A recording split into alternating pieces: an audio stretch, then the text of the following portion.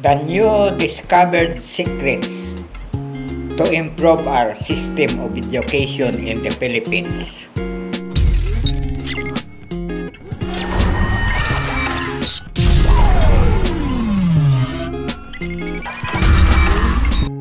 Ito po yung bagong uso na duck hair clips na nilalagay sa buhok ng mga kababaihan.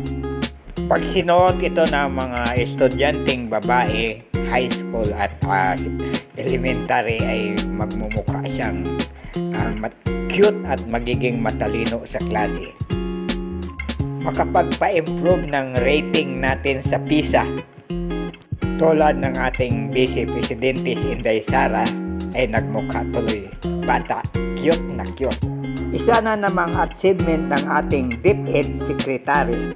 Huwag kalimutang mag-follow sa aking Facebook page, comment, like, and share, at mag-subscribe sa aking YouTube channel na Stories of Uncle Paeng.